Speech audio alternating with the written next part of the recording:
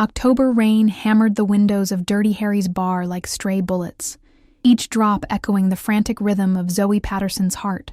She wiped the same glass for the 10th time, eyes glued to the yellowed envelope resting beside the cash register like a time bomb ready to explode her mediocre life. "You gonna open that damn thing or not?"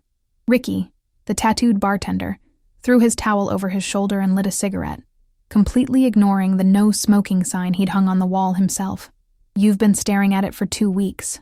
Zoe sighed, running trembling fingers through her disheveled brown hair. At 29, she'd grown accustomed to disappointments. The father who never returned, the mother who died leaving only debts, relationships that imploded before they even began. Why would this letter be any different? "It's from my grandmother's estate attorney," she murmured, more to herself than to Ricky. "Grandma Helena died 3 months ago. Didn't even know she'd left me anything." "Helena Patterson?" The gravelly voice cut through the air like a razor. Jimmy O'Malley, the bar owner, a 60-year-old Irishman with more scars than hair, emerged from the kitchen clutching a bottle of cheap whiskey.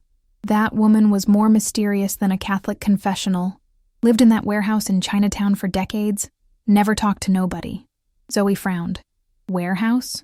She'd always thought her grandmother lived in a small apartment.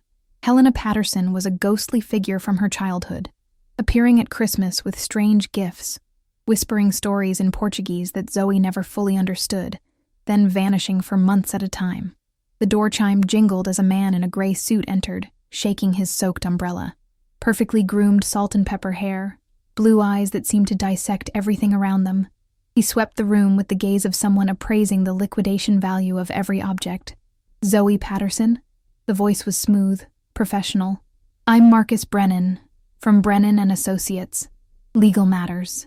Zoe's stomach dropped. Lawyers never brought good news to people like her, people who lived on tips and deferred dreams. "If this is about my grandmother's debts." "Quite the contrary." Brennan smiled, but the smile didn't reach his eyes.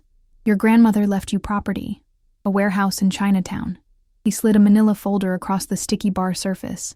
"The building suffered significant fire damage last year, but it's yours now."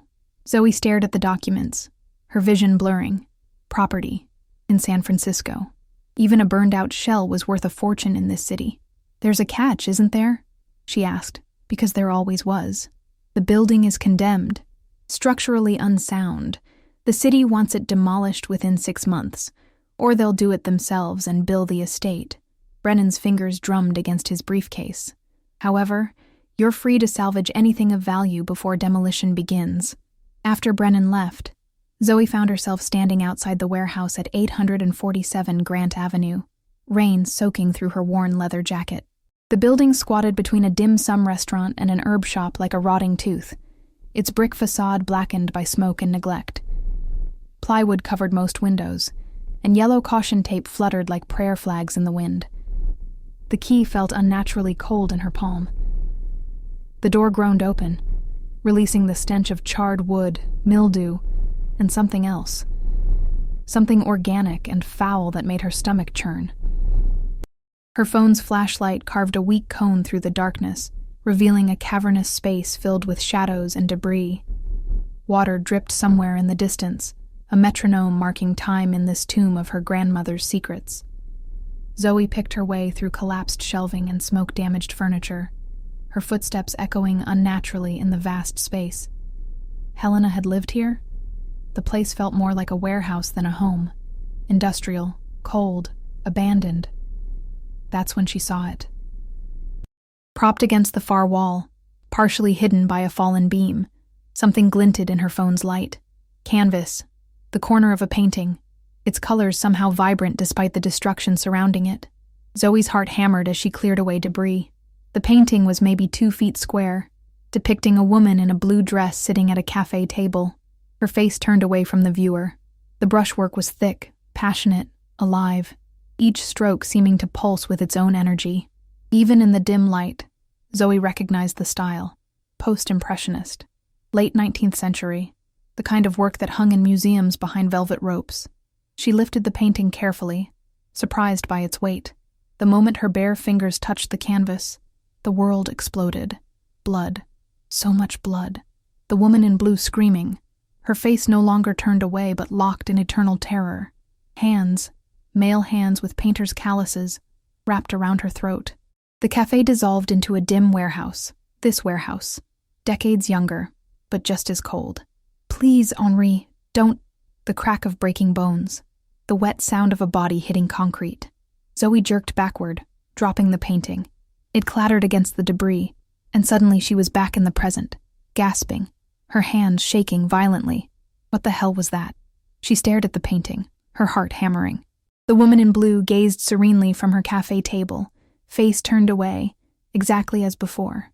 No terror, no blood, no death, just a beautiful painting worth potentially millions of dollars. Zoe wrapped the canvas in her jacket and hurried toward the exit, every shadow seeming to move in her peripheral vision. As she reached the door, her phone buzzed with a text from an unknown number. "Some things are better left buried, Zoe. Ask yourself why Helena hid it." She spun around, but the warehouse was empty. Just darkness and the sound of dripping water. Outside, San Francisco's neon lights blurred through her tears as she clutched the painting to her chest. She should call the police about the threatening text. She should take the painting to an auction house. She should do a lot of things. Instead, she found herself walking through Chinatown's narrow streets, the canvas growing heavier with each step, while somewhere behind her, footsteps echoed her own rhythm perfectly. At the corner of Grant and Washington, she turned back. The street was empty, but in the window of the herb shop across from her grandmother's warehouse, an old Chinese man watched her with knowing eyes, his lips moving silently as if reciting a prayer or a warning. Zoe's studio apartment felt like a coffin. The painting leaned against her kitchen counter, and she couldn't stop staring at it. The woman in blue now faced forward, mouth twisted in eternal agony, eyes wide with the knowledge of her approaching death. It had changed. She wasn't losing her mind. The goddamn painting had changed. "Okay, Zoe," she whispered to herself, pacing the cramped space between her futon and the microwave. "Think rationally. Maybe it's one of those optical illusion things. Different angles, different lighting." But she knew better. The moment her fingers had touched that canvas, something had awakened. Something hungry. Her phone buzzed. Another unknown number. Check the Chronicle archives. October 15th, 1947. You'll understand soon enough. Zoe's blood turned to ice water. 1947. The vision had felt historical, like stepping into old film reel. And whoever was texting her knew exactly what she'd seen. She grabbed her laptop and pulled up the San Francisco Chronicle's digital archives. Her hands shook as she typed in the date, and there it was, buried on page 3. French artist's model found dead in Chinatown. The body of Celeste Dubois, 23, was discovered in a warehouse at 847 Grant Avenue yesterday evening. Police report the young woman, who modeled for several local artists, died from strangulation. The warehouse owner, Portuguese immigrant Helena Santos, claimed no knowledge of the victim's presence on the property. Helena Santos, her grandmother's maiden name. Zoe's vision blurred as she read on. Celeste Dubois had been working with a painter named Henri Moreau, a French expatriate who'd fled to San Francisco after the war. They'd been lovers. He'd painted her dozens of times, always in the same blue dress, always at cafe tables that reminded him of Paris. The case went cold. Henri Moreau disappeared the same night Celeste's body was found. "Jesus Christ, Grandma," Zoe whispered. "What did you know?" The painting seemed to pulse in her peripheral vision. She turned to look at it, and her heart stopped. The woman was no longer screaming. She was pointing, directly at Zoe's front door. 3 knocks echoed through the apartment like gunshots. Zoe froze, laptop sliding off her knees. It was past midnight. Nobody knocked on doors in her neighborhood after dark unless they were selling drugs or collecting debts. The knocks came again, slow, deliberate, patient. "Zoe." The voice was muffled through the door, but distinctly female. "I know you're in there, honey. We need to talk." Zoe crept toward the peephole, bare feet silent on the cold hardwood. Through the fisheye lens, she saw a woman in her 60s standing in the hallway. Asian features, silver hair pulled back in a tight bun, wearing a long black coat despite the rain having stopped hours ago. "My name is Dr. Susan Chen," the woman continued. "I was a friend of your grandmother's. I know you found the painting." Against every survival instinct screaming in her head, Zoe opened the door, but kept the chain lock engaged. Dr. Chen smiled. the expression both warm and deeply sad. Helena told me this day would come. She said you had the sight, like she did, like her mother before her. The sight? The ability to see what objects remember, dear. Not everyone can do it. It's a gift and a curse. Dr. Chen's eyes found the painting over Zoe's shoulder, especially with that particular piece. Zoe's mouth went dry. You know what this is? Henri Moreau's final work, The Last Café. He painted it the night he killed Celeste Dubois, using her blood mixed with the oils. Dr. Chen's voice dropped to a whisper. Your grandmother saved it from being destroyed. She thought she was protecting the world from its influence. But some hungers can't be contained forever. The apartment suddenly felt 20 degrees colder. What do you mean, hungers? Henri didn't just paint Celeste's death, honey. He trapped part of her soul in that canvas, and part of his own madness. Every time someone with the sight touches it, the painting feeds, gets stronger, and the boundary between past and present gets thinner. As if summoned by her words, the painting began to change again.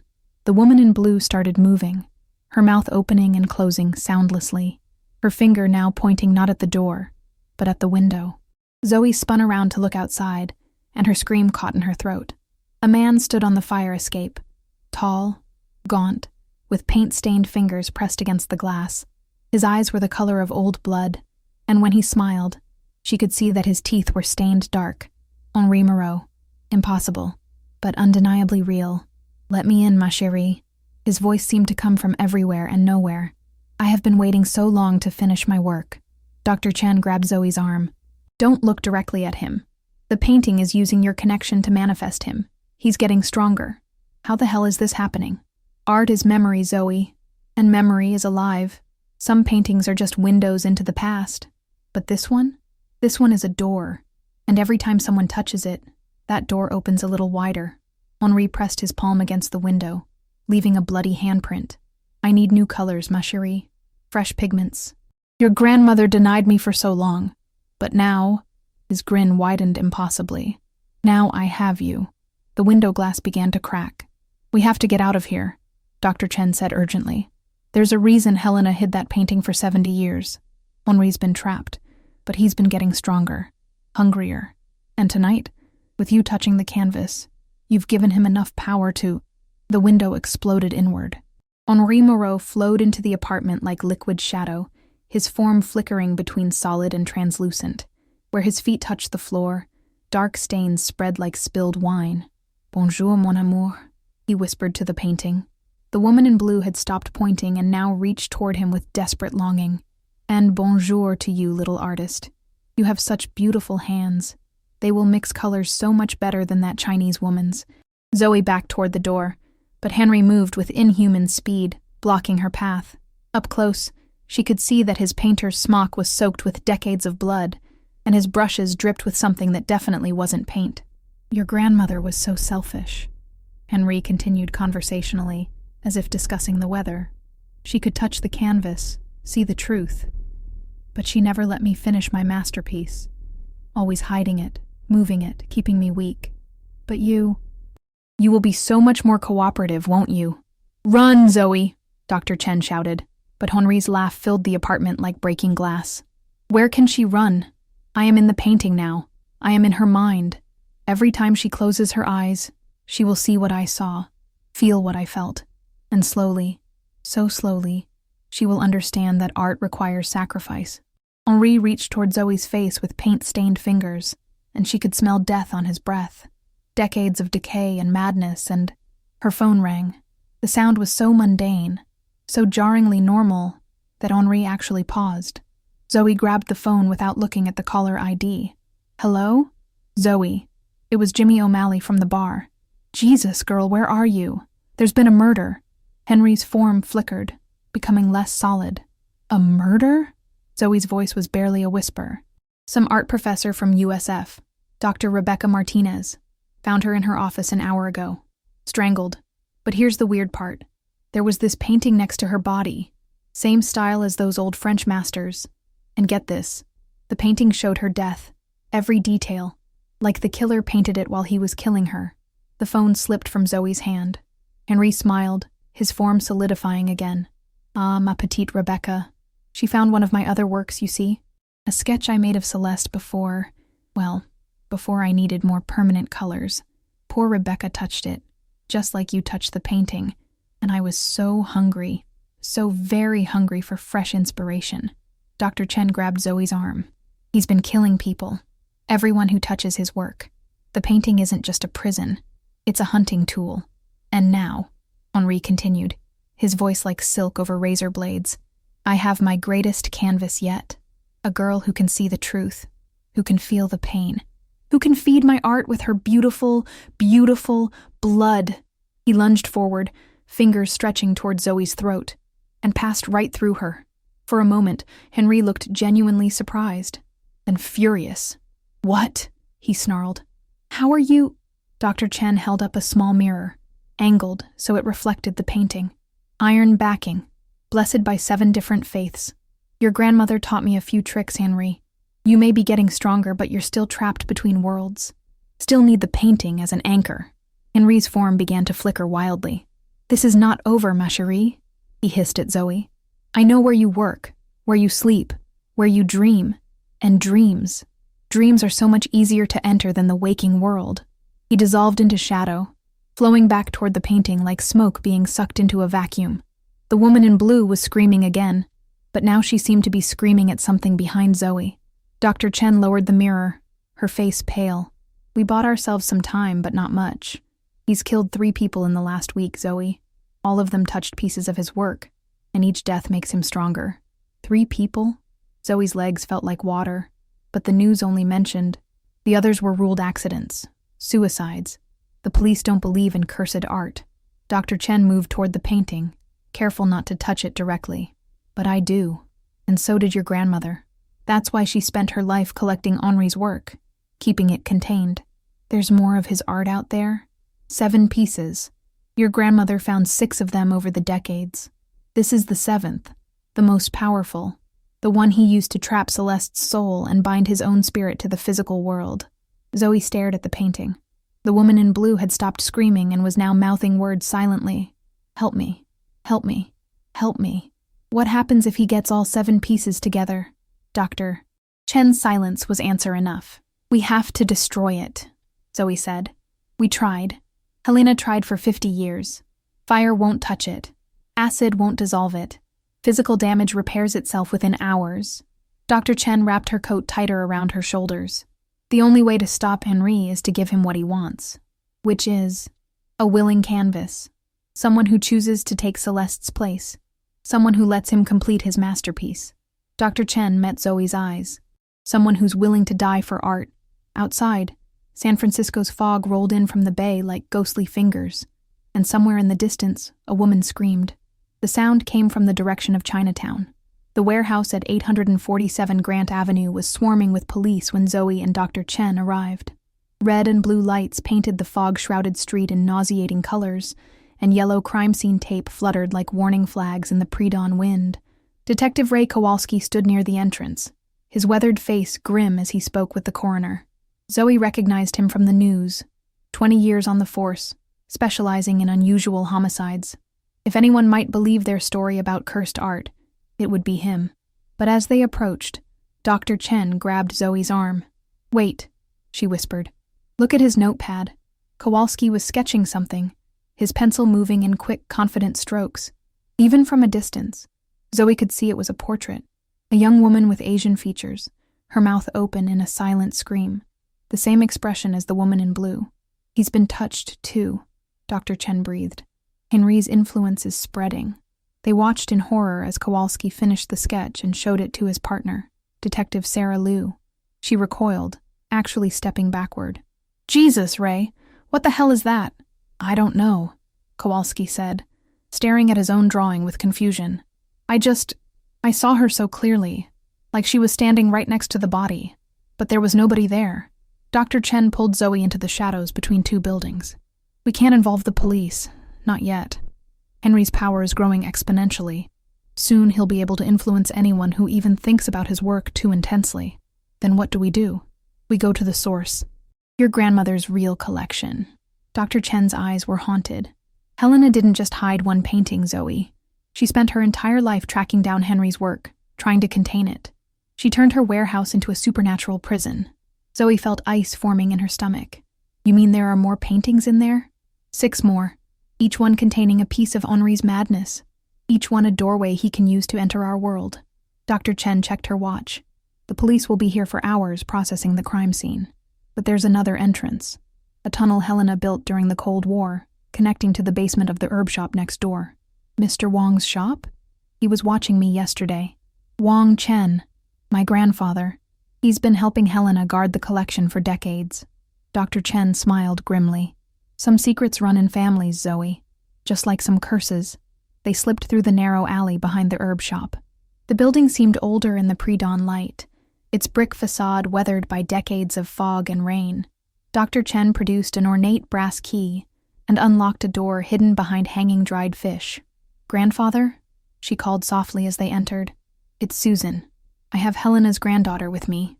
The shop was a maze of shelves packed with mysterious jars, dried herbs hanging from the ceiling like botanical stalactites. The air was thick with the scent of ginseng, star anise, and something else. Something that reminded Zoe uncomfortably of old blood. Wang Chen emerged from behind a curtain of beaded strings, moving with the fluid grace of someone decades younger than his apparent age. His eyes fixed on Zoe with an intensity that made her skin crawl. "So," he said in accented English, "you are the one who woke the painter." "I didn't mean to." Wang raised a weathered hand. "Intent matters little to the hungry dead, child. Only blood, only suffering, only art." He gestured toward a hidden door behind a shelf of ceramic urns. "Come, it is time you understood what your grandmother died protecting." The tunnel was narrow and damp, carved directly from the bedrock beneath Chinatown. Electric lights had been strung along the walls, but they flickered ominously, casting dancing shadows that looked almost human. "Helena built this in 1962, Dr. Chen explained as they walked. "She was convinced the Soviets would bomb San Francisco, and she needed a secure place to hide Henri's work. She never imagined she'd spend the next 60 years adding to the collection." Adding to it? Henri was prolific even in life. And after death. Wang's voice echoed off the tunnel walls. After death, his hunger only grew. He began influencing other artists, inspiring them to create works that carried pieces of his essence. Paintings, sculptures, even some photographs. All of them doorways, all of them prisons. They reached a heavy steel door marked with symbols Zoe didn't recognize. Some Christian, some Buddhist, others that looked far older than either religion. "Helena's vault," Dr. Chen said, producing another key. 7 decades of collecting cursed art, all to keep it away from people like... The door was already open. Wang cursed in rapid Cantonese as they stepped into the vast underground chamber.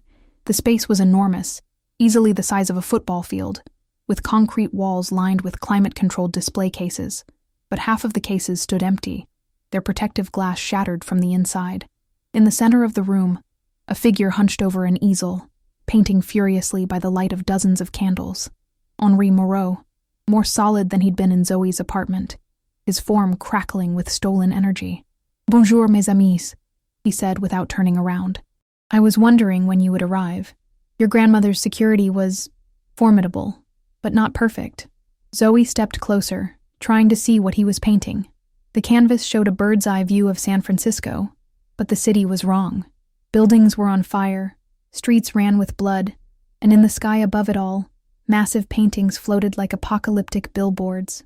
"My vision for this beautiful city," Henri continued conversationally. "Art made manifest. Every canvas a window, every sculpture a doorway. A place where the boundary between creation and reality no longer exists." "You're insane," Zoe whispered. Henri laughed, the sound echoing off the concrete walls. "Insane. Ma chérie, I am inspired. Do you know what your grandmother kept down here? Not just my work, but pieces by dozens of artists she claimed were influenced by my spirit. She called it contamination. I call it evolution." He gestured toward the empty cases. "Paintings that show the future, sculptures that alter the past, photographs that steal souls, all of it locked away, hidden from the world that needs to see it." Wang stepped forward, his face pale. "Where are the other pieces, Henri?" "Scattered throughout the city, of course. I have had 70 years to plan, old man. 70 years to prepare. Each piece is now in the hands of someone with the sight, someone who can feed them with their dreams and fears. Henri's brush moved in quick, violent strokes. By dawn, I will have enough power to step fully into your world. And then, he turned around, and Zoe saw that his face was no longer entirely human. Paint ran from his eyes like tears, and when he smiled, his teeth had been replaced with brush tips that dripped crimson. Then I will turn this entire city into my canvas. Dr. Chen grabbed a fire axe from the wall. We have to stop him. If he completes that painting, you cannot destroy what you do not understand, Henri said calmly. That painting is not just art, ma petite docteur. It is a spell, a blueprint, a promise of what San Francisco will become when I am finished with it. What do you want? Zoe demanded. Henri's paint-stained eyes fixed on her. The same thing I have always wanted. To create something beautiful, something eternal, something that will make the world remember Henri Moreau forever. His voice dropped to a whisper. I want to paint San Francisco in blood, ma chérie, and I want you to be my brush. The candles around the room suddenly flared higher, casting wild shadows on the walls. In those shadows, Zoe could see other figures moving, the victims of Henri's other paintings, trapped between life and death, forced to serve his artistic vision. The woman in the blue dress, she realized. Celeste. She's not just in the painting. She's here. Oui, Henri nodded approvingly. She has been my assistant for 70 years, along with all the others who touched my work. Your professor friend Rebecca, the gallery owner from last month, the art student who found my sketch in Golden Gate Park. He smiled wider. They are all here, ma chérie. All part of my collection now. Zoe could see them more clearly now. Translucent figures standing in the shadows, their faces twisted with perpetual anguish. A dozen at least, maybe more. All artists, all people who had touched Henri's cursed creations. And soon, Henri continued, you will join them, the granddaughter of my greatest enemy, willingly giving her life to complete my masterpiece. The irony is exquisite. Wang stepped between Henri and Zoe, speaking rapid Chinese. Henri laughed and responded in the same language, but Zoe caught enough to understand they were arguing about something called the binding. Grandfather, no, Dr. Chen said urgently. You're too old. It will kill you. Wang ignored her, pulling a small knife from his robes. He began carving symbols into his palm, blood dripping onto the concrete floor. Where the drops landed, they began to glow with soft golden light. What are you doing? Zoe asked. Blood magic, Wang said grimly. Helena's final safeguard. If the collection was ever compromised, one of us would make the ultimate sacrifice. Bind our life force to the vault itself. Create a spiritual prison that even Henri cannot escape. But it will trap him here, yes. But it will also trap anyone else in the vault when the binding activates. Wang's eyes met Zoe's. Including you, child. I am sorry. Henri snarled and lunged toward Wang, but the old man was already chanting. His blood-marked hand pressed against a hidden symbol carved into the wall. The symbols around the room began to glow, and Henri's scream of rage echoed off the concrete. You would sacrifice innocence to stop me, old fool. To stop you? Wang smiled grimly.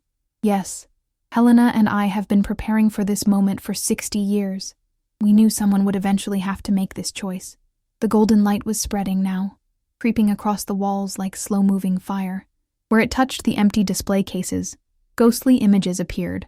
The stolen paintings, still bound to their original locations, but visible here in the space between worlds. Zoe, Dr. Chen said urgently. There's still time. If you run now? No. Zoe stepped forward, finally understanding. This is why Grandma left me the warehouse. Why she left me the painting. She knew I had the sight. She knew I'd be the one to find this place. Ma chérie, Henri said softly, his voice almost pleading now as the golden light began to burn him. You do not understand what you are choosing. An eternity trapped here. With me. With all my beautiful children. Is that really how you want to spend forever? Zoe looked at the ghostly figures in the shadows. Celeste, Rebecca, all the others Henri had murdered for his art. They were watching her with desperate hope in their translucent eyes. No, she said finally, but it's how I want to save San Francisco. She placed her hand on the wall next to Wang's, adding her blood to the binding spell. The golden light flared brighter, and Henri's scream became something inhuman. But as the vault sealed itself away from the world above, as the binding trapped Henri's malevolent spirit in this underground prison. Zoe heard something that chilled her more than any ghostly wail. Laughter. Henri was laughing. "Ma petite Zoe," he whispered as the golden light consumed him. "Did you really think this was my only plan? Did you really believe I would put all my hopes in one little vault?" The truth hit her like a physical blow. The other paintings, the ones you scattered around the city. 7 disciples, ma chérie. 7 people with the sight, each one now carrying a piece of my work. And at sunrise, Henri's form was dissolving, but his voice remained clear. At sunrise, they will all touch their paintings at the exact same moment. A ritual, 70 years in the making. What happens then? Henri's laughter echoed as he faded away. Then I will not need to escape this prison, ma belle, because I will have 7 new bodies to inhabit. 7 new hands to hold my brushes. 7 new hearts to pump the blood I need for my greatest masterpiece. The vault sealed with a sound like thunder, and suddenly Zoe, Dr. Chen and Wang were trapped in golden silence.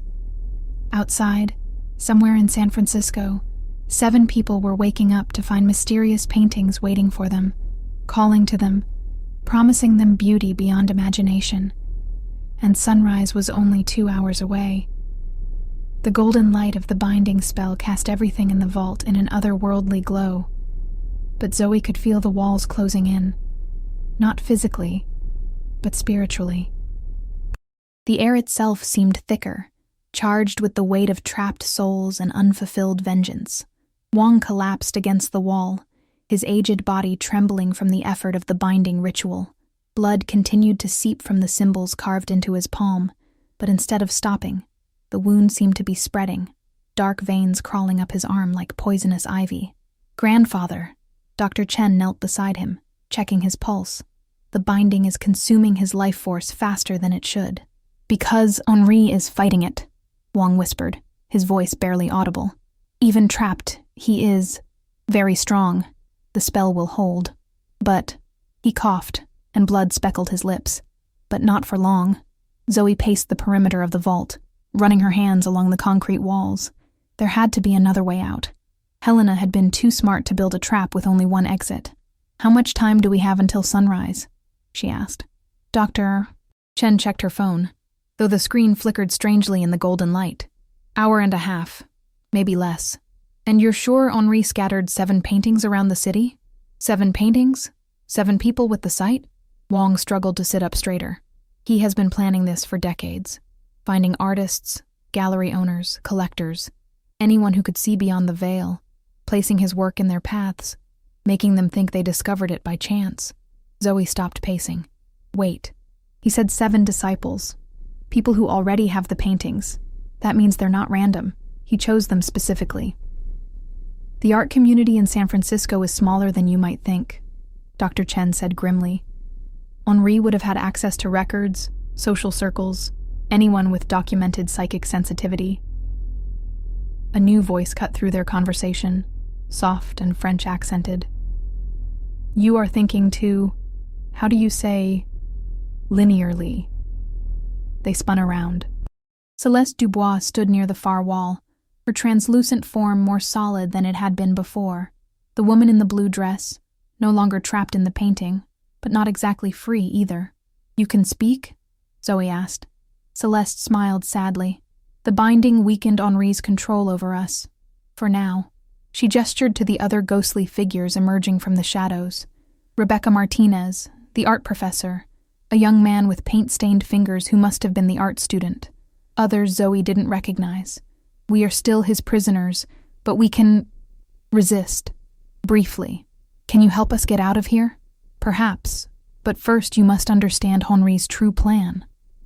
Celeste moved closer, and Zoe could smell phantom perfume mixed with the metallic scent of old blood. "The 7 paintings are not just random pieces.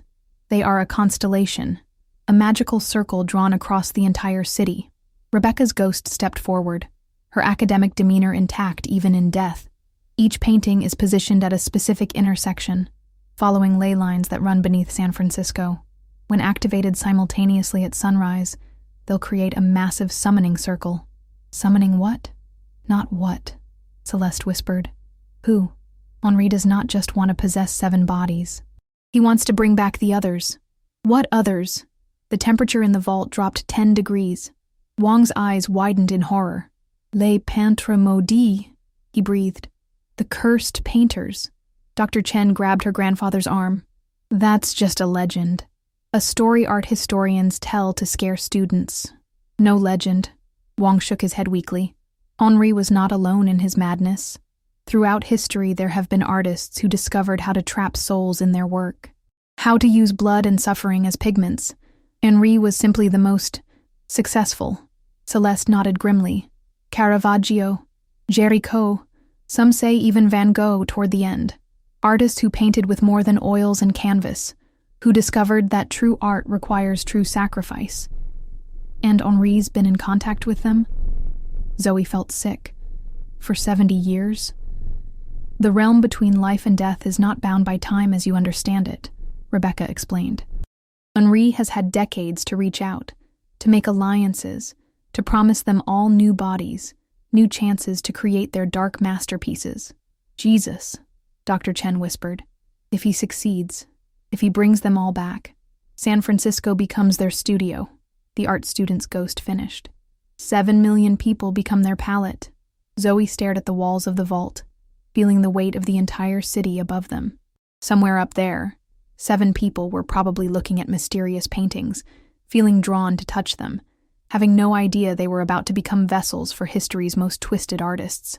There has to be a way to stop it, she said. Some kind of counter-ritual or... There is. Wang struggled to his feet, leaning heavily on Dr. Chen. But it requires someone with the sight to reach each painting before sunrise, to break the connection manually. 7 paintings in an hour and a half? That's impossible. Not 7, Celeste said softly. Only 1. They all stared at her. The paintings are linked, she explained. Like Christmas lights on a string. If one fails, they all fail. But it must be the right one. The anchor.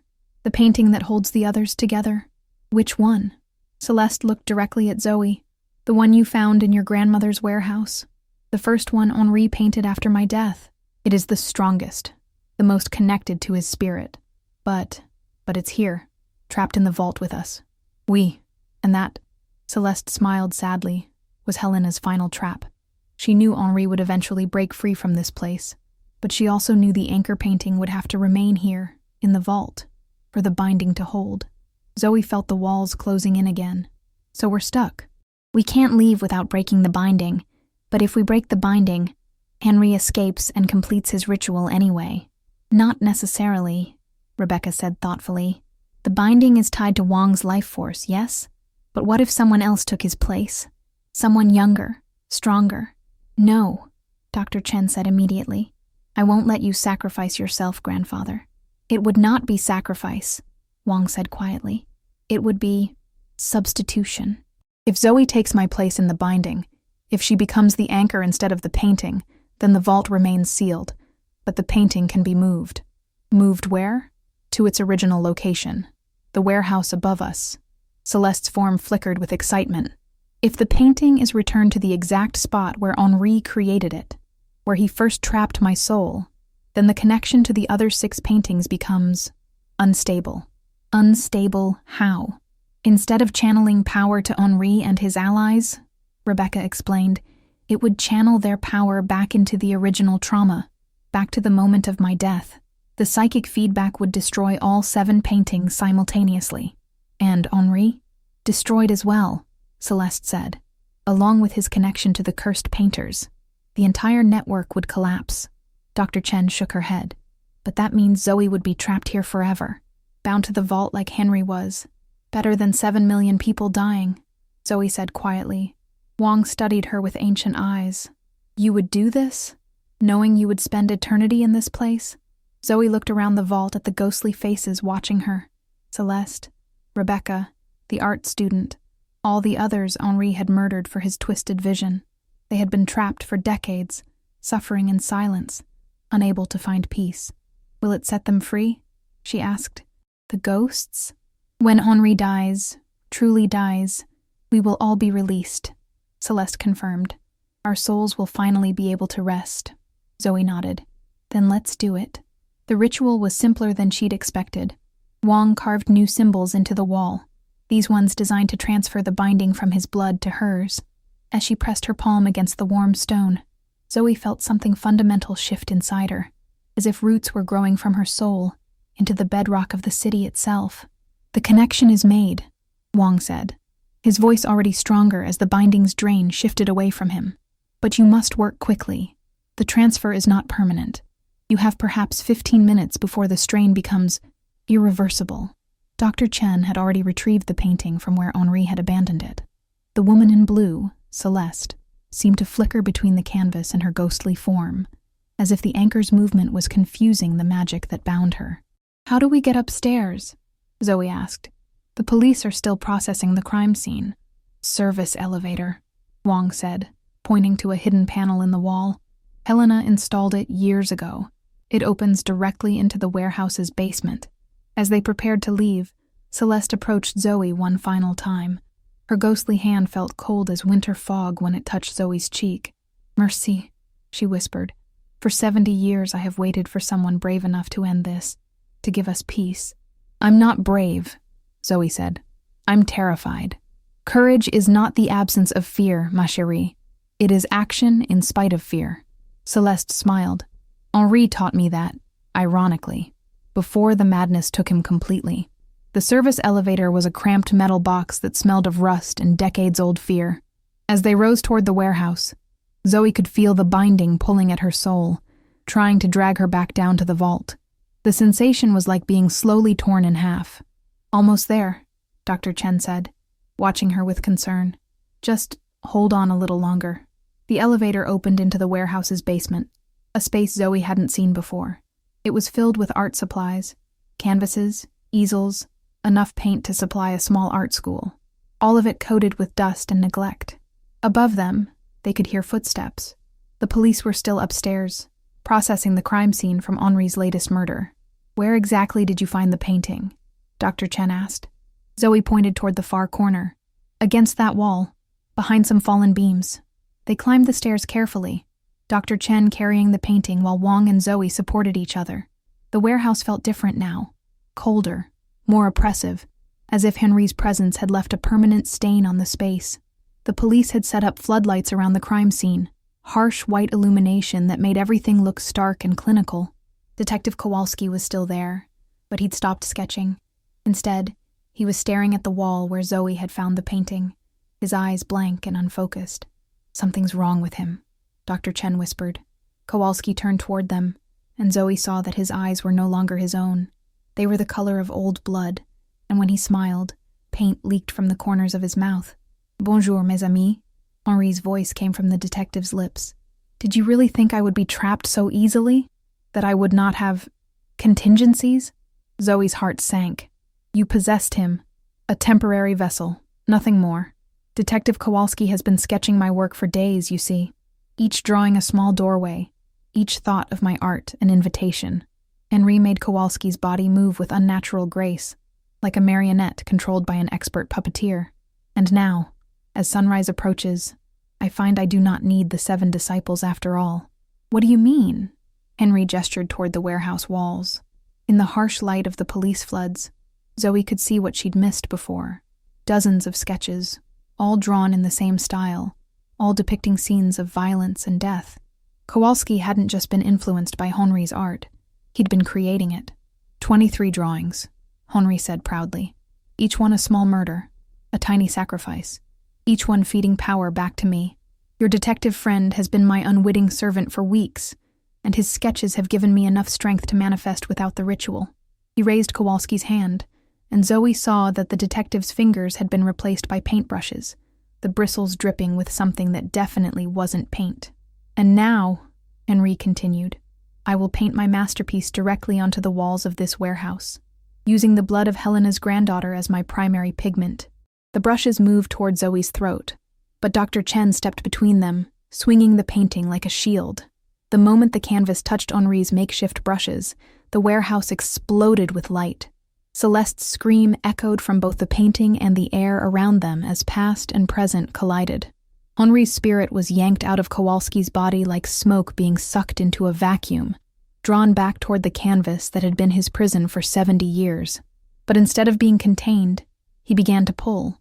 Zoe felt the binding strain as Henry tried to drag her soul into the painting along with his own. The warehouse walls began to crack, and somewhere in the distance, she could hear 7 other voices screaming in unison. The disciples. The 7 people across the city who held Henri's other paintings. They were all being pulled into the vortex now, their life forces feeding Henri's desperate attempt to break free from his spiritual prison. "The painting!"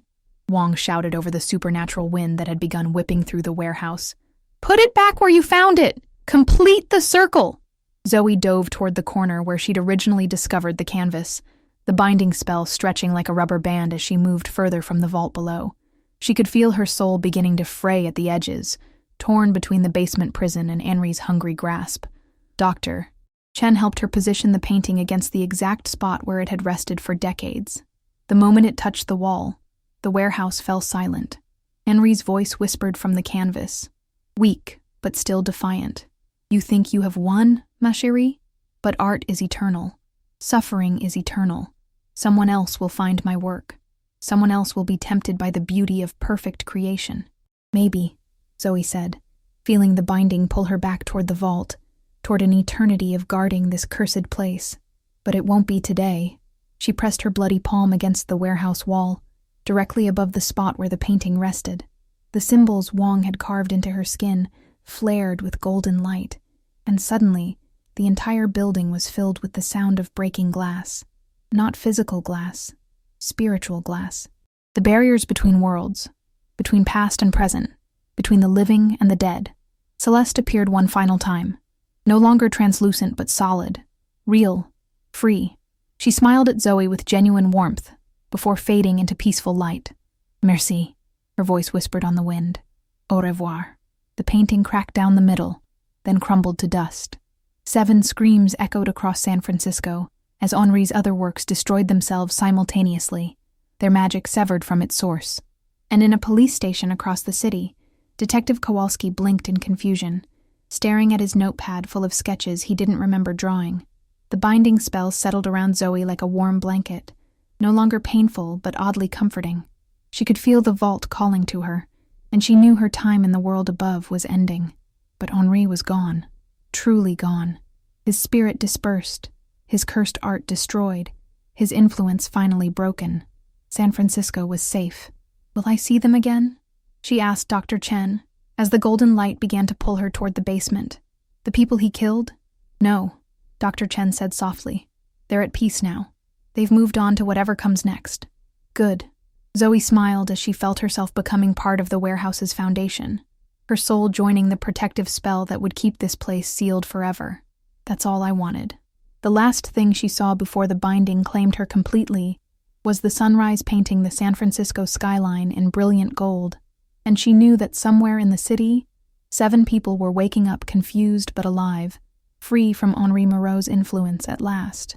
Art was supposed to be about creation, not destruction, beauty, not suffering, hope, not despair. And in the end, that was exactly what she had given the world. The binding spell wrapped around Zoe's consciousness like liquid gold, and for a moment, she felt nothing but peace. Henri was gone. The cursed paintings were destroyed. San Francisco was safe. Then she heard the footsteps. They echoed from the vault below, slow and deliberate, accompanied by the soft swish of fabric against stone. Someone was walking through the underground chamber, moving with the confidence of someone who belonged there. "Bonjour, mon chéri." The woman's voice drifted up through the warehouse floor, cultured and French-accented. "I see you've been having fun without me, but don't worry. Maman is here now." Zoe's spiritual form materialized in the basement, still connected to the binding but able to move within the warehouse's confines. Through the hidden door, she could see into the vault where an elegant woman in a burgundy dress stood among the empty display cases. The woman was perhaps 50, with silver-streaked hair pulled into a perfect chignon and pale blue eyes that seemed to hold the depths of winter. She moved through the space with an artist's eye, examining the shattered glass and overturned furniture with professional interest. "Tsk, tsk," she said, clicking her tongue. Henri always was so messy. No finesse, no subtlety. She traced one gloved finger along a broken display case. "This is why I never taught him the finer points of our craft." Dr. Chen and Wong had followed Zoe's spirit down to the basement, their faces pale with horror. "Who is that?" Dr. Chen whispered. Wong's face had gone ashen. "Marguerite Moreau, Henri's mother. Helena mentioned her in the old journals. But we hoped she was just a legend." "Legend?" Marguerite's laughter was like crystal breaking. "Oh, Cher Wong, I am no legend. I am the original, the first of our line to discover that art need not simply imitate life, it can command it." She turned toward them, and Zoe saw that her eyes weren't quite human anymore. The pupils were too large, too dark, and they reflected light like oil on water. How long have I waited in the space between spaces, watching my foolish son play with his little paintings? 70 years of watching him waste his potential on crude murders and simple possessions. Marguerite stepped closer to the vault's entrance. "I taught him to paint with blood, but I never taught him the true secret." "What secret?" Zoe found her voice, though it echoed strangely in her spiritual form. "To paint with souls, ma petite. To use consciousness itself as pigment." Henri trapped spirits in his canvases. Yes, but they remained individual, separate, weak. Marguerite's smile was sharp as a scalpel. "I learned to blend them. To create new colors from the essence of life itself. To paint realities so perfect that the universe has no choice but to make them true." She gestured, and the air in the vault shimmered. Suddenly the space was filled with paintings, not physical canvases, but images painted directly onto reality itself. Scenes of Paris burning, of London drowning, of New York's skyscrapers twisted into impossible spirals. During the war, when Henri was just beginning to understand his gift, I was in Europe, painting with the souls of the dying, nurturing my art with the suffering of millions.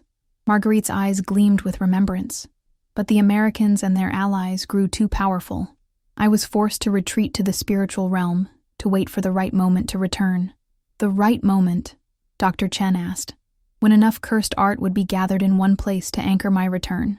When someone powerful enough would create a binding spell that I could redirect to my own purposes." Marguerite's gaze fixed on Zoe.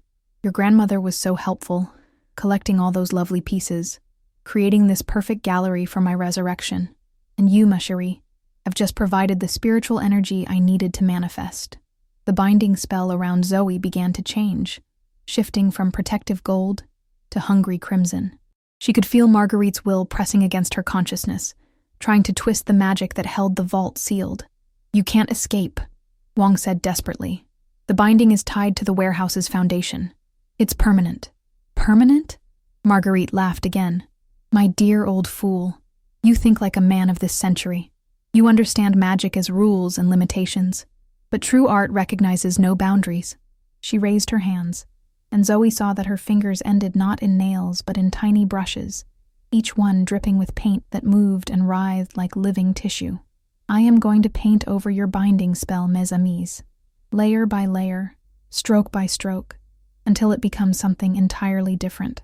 Not a prison, but a doorway. Not a seal, but an invitation." Marguerite began to move her hands in complex patterns, and where her brush fingers traced the air, new symbols appeared. They weren't carved into stone like Wong's binding. They were painted directly onto the fabric of reality, altering the fundamental structure of the spell.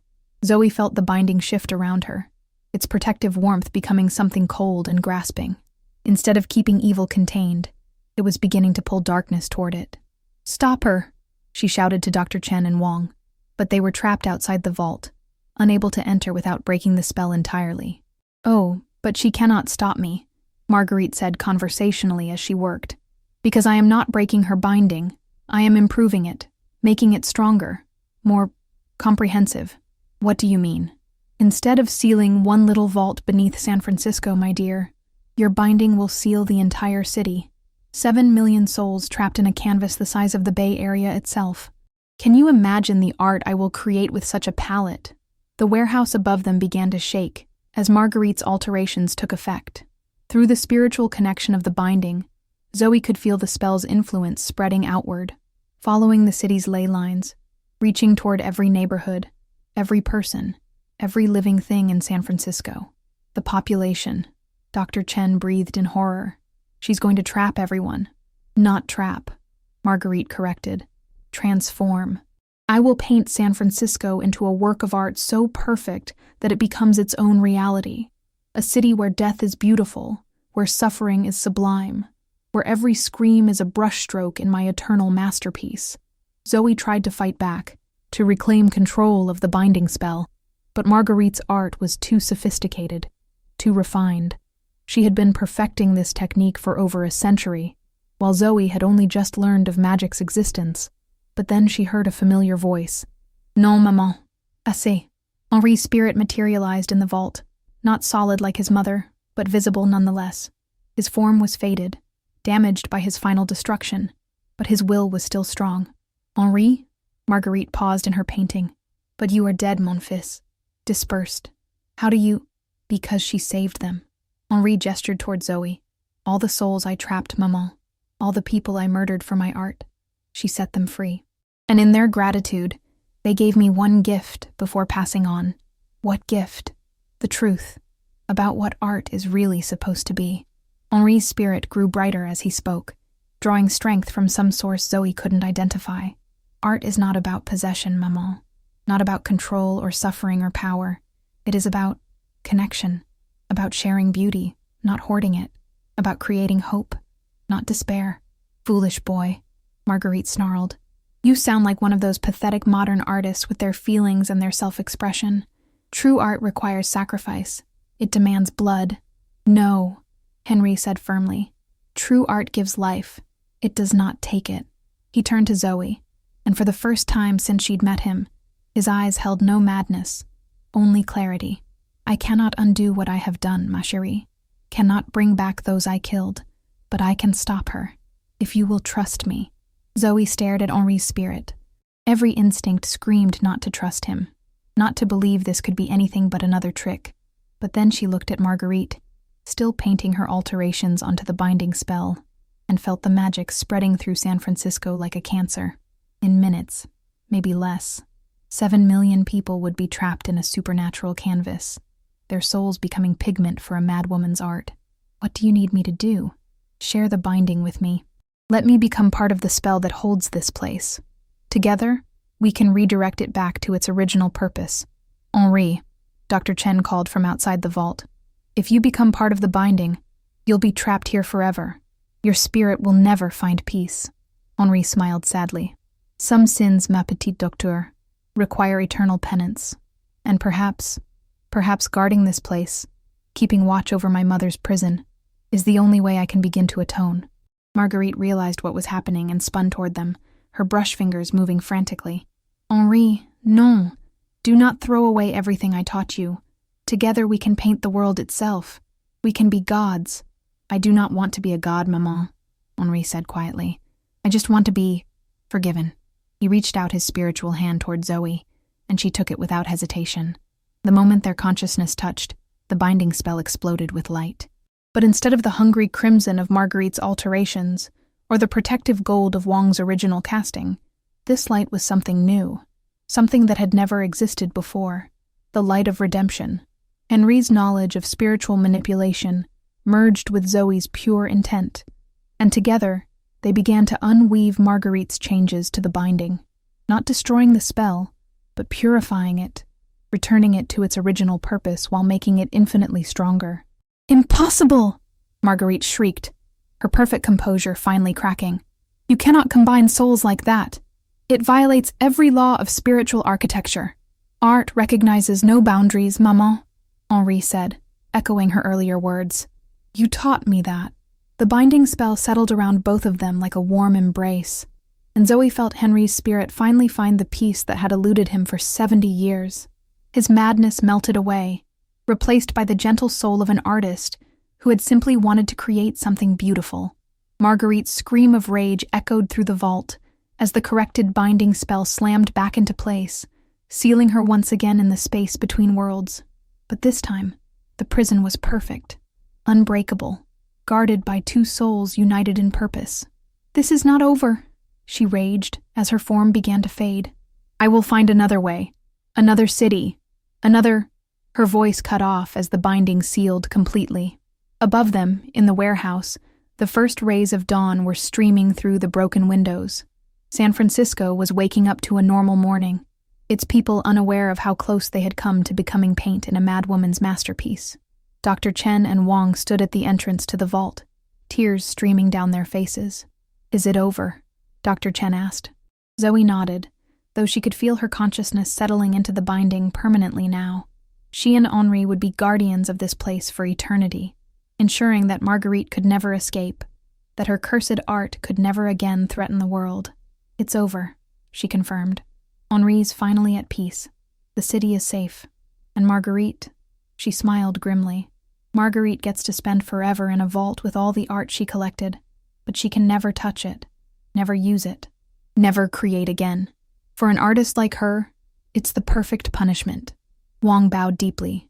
"Helena would be proud. Tell people about her," Zoe said, as she felt herself becoming one with the warehouse's foundation. "Tell them there was a woman who spent her life protecting the world from cursed art, who sacrificed everything to keep people safe." "We will," Dr. Chen promised, "and we'll make sure this place is protected, generation after generation if necessary." As the sun fully rose over San Francisco, painting the sky in brilliant shades of gold and pink, Zoe felt Henri's spirit settle beside hers in their eternal vigil. "Merci," he whispered, "for showing me what art is truly meant to be." "What's that?" "A gift freely given, beauty shared, not hoarded, creation in service of life, not death." Together, they watched through the spiritual connection as San Francisco came alive with the morning light. Street vendors setting up their stalls in Chinatown, artists in North Beach preparing their easels for another day of honest work, children running to school, their laughter echoing off the buildings. All of it safe, all of it free, all of it beautiful. Somewhere in the vault below, Marguerite raged in her perfect prison, surrounded by cursed art she could no longer use. But her fury was just background noise now, no more threatening than the distant sound of traffic. Dr. Chen and Wang sealed the warehouse and placed it under the protection of a new foundation, the Helena Patterson Trust for Supernatural Art Conservation. The building would be maintained, guarded, and protected for as long as civilization endured. And in the basement, two souls stood eternal watch, one seeking redemption for sins that had stained a century, one offering forgiveness that made that redemption possible, both committed to ensuring that art would always serve beauty, not suffering. That creation would triumph over destruction. That love, in the end, would always be stronger than madness. In her small apartment across the city, Detective Sarah Liu filed her final report on the Chinatown murders. The case was officially closed. A serial killer who had died in the commission of his crimes. His body never found, but his influence clearly ended. She never mentioned the paintings. She never talked about the strange sketches her partner had drawn. She certainly never discussed the dream she'd been having since the case ended. Dreams of a young woman and an old man, standing guard in a golden light, protecting the city from dangers it would never know existed. Some stories, Liu had learned, were too important to tell, and some guardians were too precious to disturb. In Chinatown, the herb shop of Wang Chen remained open, though the old man moved a little slower now, and his granddaughter had taken over most of the daily operations. They sold their remedies and medicines to a steady stream of customers, but their real work happened in the quiet hours before dawn, researching reports of cursed artifacts, tracking down dangerous art, ensuring that what happened with Henri and Marguerite Moreau could never happen again. Because somewhere in the world, other artists were still experimenting with blood and souls and suffering. Other collectors were still gathering power in hidden vaults. Other madmen were still convinced that true beauty required true sacrifice. But now they had guardians watching for them.